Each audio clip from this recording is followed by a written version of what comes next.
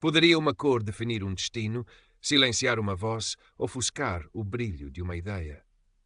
Para Lúcia Pereira, designer gráfica de 28 anos, com a pele da cor da noite e o cabelo afro como uma coroa desafiadora, esta não era uma questão retórica.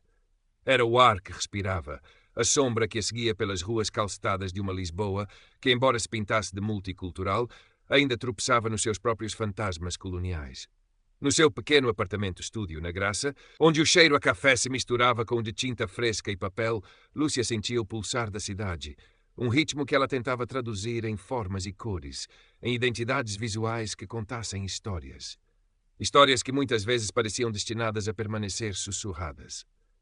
A sua secretária, um caos organizado de cadernos de esboços, amostras Pantone e o brilho constante do ecrã do seu Mac, era o seu santuário. Ali, rodeada pelos ritmos quentes da morna cabo-verdiana que ecoavam suavemente dos altifalantes, sentia-se invencível, a sua criatividade um rio caudaloso.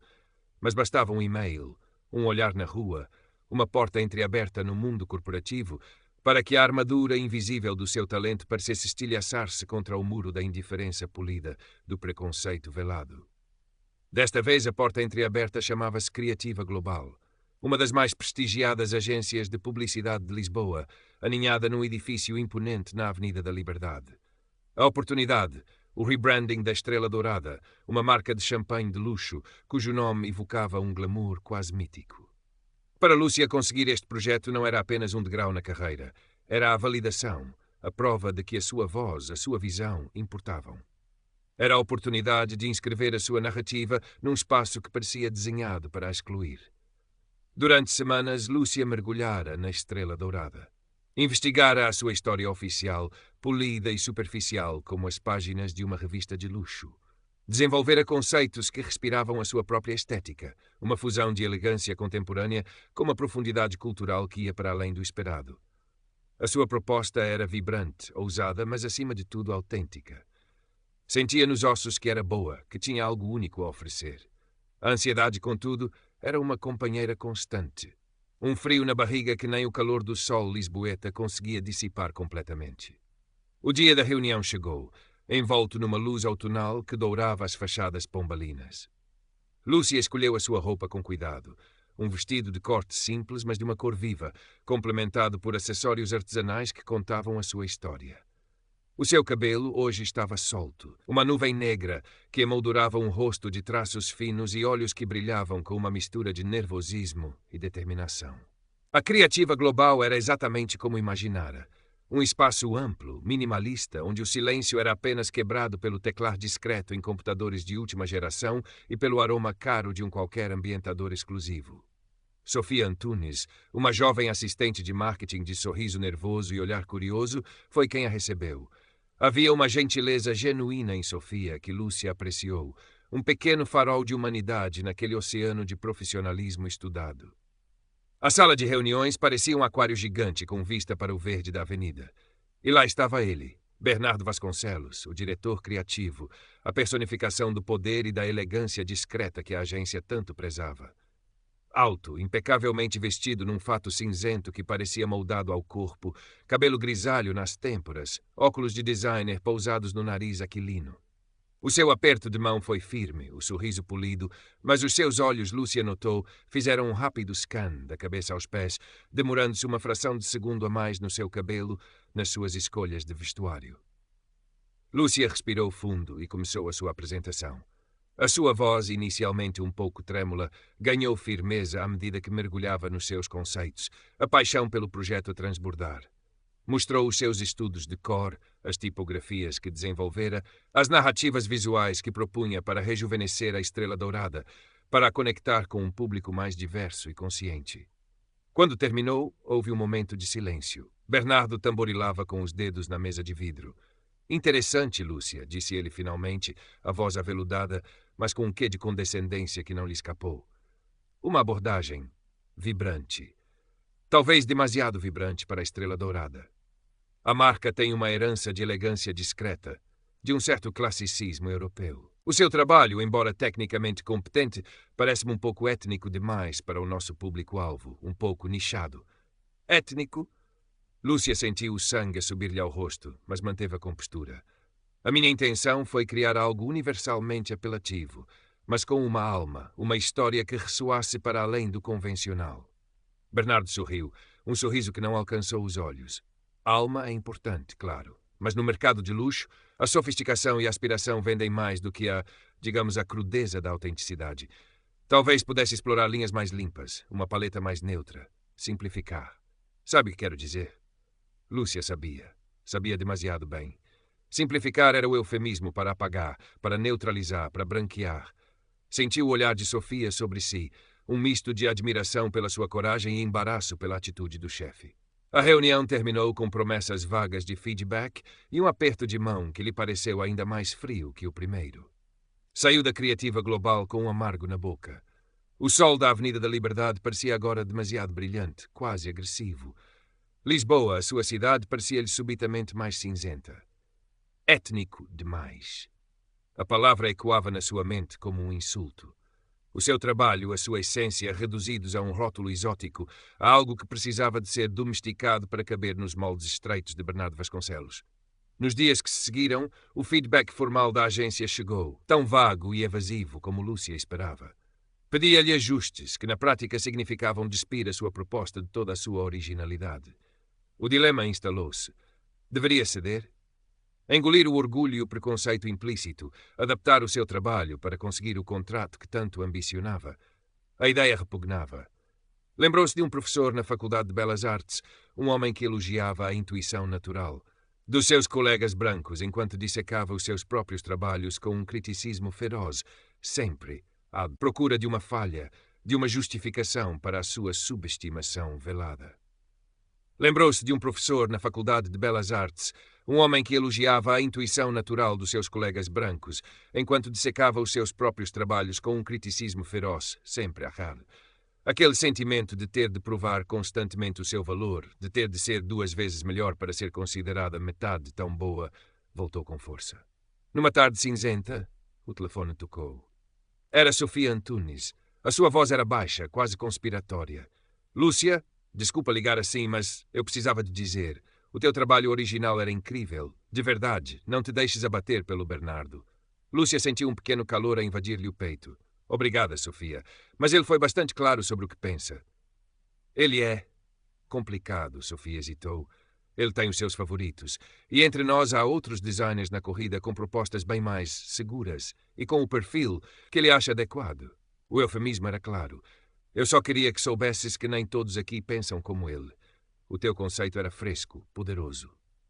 Aquele telefonema, embora breve, foi como uma lufada de ar fresco.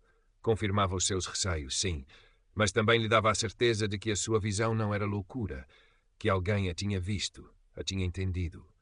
Motivada por uma mistura de teimosia e uma necessidade quase visceral de encontrar a verdade, Lúcia voltou à sua pesquisa sobre a Estrela Dourada. Mas desta vez escavou mais fundo, para além das brochuras lustrosas e dos sites corporativos. Perdeu-se em arquivos digitais, fóruns de historiadores amadores, coleções de jornais antigos. E foi então, numa madrugada fria, quando a cidade dormia e apenas o seu candeeiro iluminava a divisão, que encontrou uma referência obscura num blog sobre a história da viticultura em Portugal, que mencionava a fundação da quinta original, que dera origem à Estrela Dourada, no final do século XIX. E o nome da fundadora, Esperança Álvares. Uma breve nota biográfica, acompanhada de uma fotografia sépia, desvanecida pelo tempo. Lúcia ampliou a imagem. O rosto que a encarava era inconfundível. Uma mulher negra, de porte altivo, os olhos a brilhar com uma inteligência e uma força que transcendiam a fraca qualidade da fotografia. Esperança Álvares. Uma mulher negra, fundadora de uma das mais icônicas marcas de champanhe e de luxo portuguesas, a sua história completamente apagada, substituída por uma narrativa eurocêntrica de tradição e elegância discreta. Um arrepio percorreu Lúcia. Não era apenas a injustiça histórica que a chocava, era a profunda ironia. A marca que Bernardo queria proteger de influências étnicas tinha na sua gênese uma alma profundamente africana, uma história de resiliência e empreendedorismo negro que fora deliberadamente silenciada. Nesse momento, todas as dúvidas de Lúcia se dissiparam. Ela não ia simplificar, não ia neutralizar. Ela ia honrar Esperança Álvares. Com uma paixão renovada, Lúcia mergulhou de novo no projeto. A sua proposta transformou-se. Os seus designs tornaram-se um diálogo entre o passado e o presente, uma celebração da herança redescoberta. Incorporou padrões subtis inspirados em tecilagens africanas, uma paleta de cores que evocava tanto o dourado do champanhe como os tons terra de África e uma tipografia que combinava a elegância clássica com uma força expressiva. A narrativa visual que construiu era sobre a autenticidade, sobre o luxo que reside na verdade e na história redescoberta. Era uma homenagem, uma reparação, uma afirmação. Enquanto trabalhava, pensava em Adelaide Ferreira. Durante a sua pesquisa, Lúcia descobrira que uma nova e poderosa acionista se juntara recentemente ao consórcio que detinha a Estrela Dourada. Adelaide Ferreira. Uma mulher de negócios negra, conhecida pela sua visão estratégica e pelo seu investimento em marcas com potencial de crescimento e narrativas autênticas. O nome não lhe era estranho. Adelaide era uma figura proeminente, embora discreta, nos círculos empresariais e filantrópicos, com uma reputação de integridade e de campeã da diversidade. Com o coração a bater descompassado, Lúcia tomou uma decisão audaciosa. Através de um contacto, uma antiga colega que agora trabalhava numa das fundações apoiadas por Adelaide, conseguiu um endereço de e-mail. Redigiu uma mensagem concisa, apaixonada, anexando a sua pesquisa sobre Esperança Álvares e um vislumbre da sua nova visão para a Estrela Dourada. Não esperava uma resposta, mas sentia que precisava de tentar. Era como lançar uma garrafa ao mar. A manhã da segunda apresentação na Criativa Global chegou fria e ventosa, como se o próprio tempo refletisse a tempestade interior de Lúcia. Desta vez, não havia nervosismo, apenas uma calma determinada. Vestia um fato de calças de linho cor de marfim e uma blusa de seda com um padrão subtilmente africano, uma homenagem silenciosa à esperança. O seu cabelo estava apanhado num coque alto, elegante e imponente. Bernardo Vasconcelos recebeu-a com a mesma cortesia gélida. Sofia ofereceu-lhe um sorriso rápido e encorajador quando seus olhares se cruzaram. A sala de reuniões parecia ainda mais intimidante. Lúcia começou a sua apresentação. A sua voz era firme, clara. Não falou de simplificações nem de paletas neutras. Falou de história, de legado, de autenticidade. Mostrou a imagem de Esperança Álvares. Contou a sua história. E depois revelou os seus novos designs, cada um deles uma peça de um puzzle que redefinia a Estrela Dourada. Bernardo observava com uma expressão que oscilava entre o tédio e a irritação mal disfarçada. Estava claro que ele considerava aquilo uma perda de tempo, uma teimosia insolente. Quando Lúcia terminou de apresentar o conceito principal, ele abriu a boca para falar, provavelmente para dispensar com alguma frase cortante sobre foco e briefing. Foi nesse preciso instante que a porta da sala de reuniões se abriu. Uma mulher entrou e com ela uma onda de autoridade silenciosa que fez com que todos se virassem. Era Adelaide Ferreira. Elegante num fato azul marinho de corte impecável, a pele escura a brilhar sob a luz artificial, joias discretas, mas de um requinte inegável. O seu olhar era direto, perspicaz. Peço desculpa pela interrupção, disse Adelaide, sua voz calma, mas com um timbre que não admitia réplica. Bernardo, creio que esta é a apresentação para a Estrela Dourada. Decidi assistir. Bernardo engoliu em seco, a surpresa e o desconforto a estamparem-se no seu rosto. Dona Adelaide, que inesperado. Claro, por favor, junte-se a nós. Gesticulou, atrapalhado, para uma cadeira. Lúcia sentiu o coração a saltar-lhe no peito. Um olhar rápido passou entre ela e Adelaide. Seria impressão sua, ou havia um brilho de reconhecimento nos olhos da empresária? Continue, por favor, menina. Adelaide olhou para Lúcia. Pereira. Lúcia Pereira, respondeu, a voz surpreendentemente firme. Lúcia retomou a apresentação, agora com uma nova energia, sentindo o olhar atento de Adelaide sobre si. Explicou a ligação entre os seus designs e a história redescoberta de Esperança Álvares. A importância de uma marca de luxo abraçar a sua verdade completa, mesmo que essa verdade desafiasse as narrativas convencionais. Quando terminou, um silêncio pesado pairou na sala. Bernardo parecia querer encolher na sua cadeira. Sofia olhava para Lúcia com uma admiração incontida. Adelaide Ferreira quebrou o silêncio. O seu olhar fixou-se em Bernardo. Senhor Vasconcelos, começou ela, o tom suave, mas cortante como uma lâmina. Estou no Conselho da Estrela Dourada há apenas alguns meses, mas já revi extensivamente os arquivos e a história da marca. É surpreendente, para não dizer chocante, que uma herança tão rica e uma fundadora tão notável como Esperança Álvares tenham sido negligenciadas. ou talvez convenientemente esquecidas. Bernardo abriu a boca, mas não saiu nenhum som. A sua habitual loquacidade tinha-o abandonado. E é ainda mais surpreendente, continuou Adelaide, o seu olhar agora a varrer os designs de Lúcia espalhados pela mesa, que quando uma designer talentosa como a menina Pereira vos traz não só uma visão criativa excepcional, mas também a chave para a alma perdida desta marca, a vossa primeira reação seja pedir-lhe para simplificar, para neutralizar o que é claramente o maior trunfo da Estrela Dourada. O rosto de Bernardo passou de pálido a um vermelho carregado. Ele gaguejou algo sobre manter a identidade premium, não alienar a clientela tradicional. Adelaide ergueu uma sobrancelha. Acha que a verdade aliena, Sr. Vasconcelos? Acha que a autenticidade é menos premium do que uma fachada fabricada? Eu discordo, profundamente. Virou-se para Lúcia e pela primeira vez um sorriso genuíno iluminou o seu rosto. Menina Pereira, o seu trabalho é extraordinário. A sua visão para a Estrela Dourada é exatamente o que a marca precisa. Corajosa, autêntica e profundamente luxuosa. O que se seguiu foi rápido e decisivo.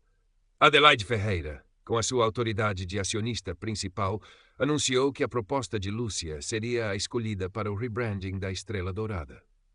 Bernardo Vasconcelos foi silenciosamente afastado do projeto nesse mesmo dia.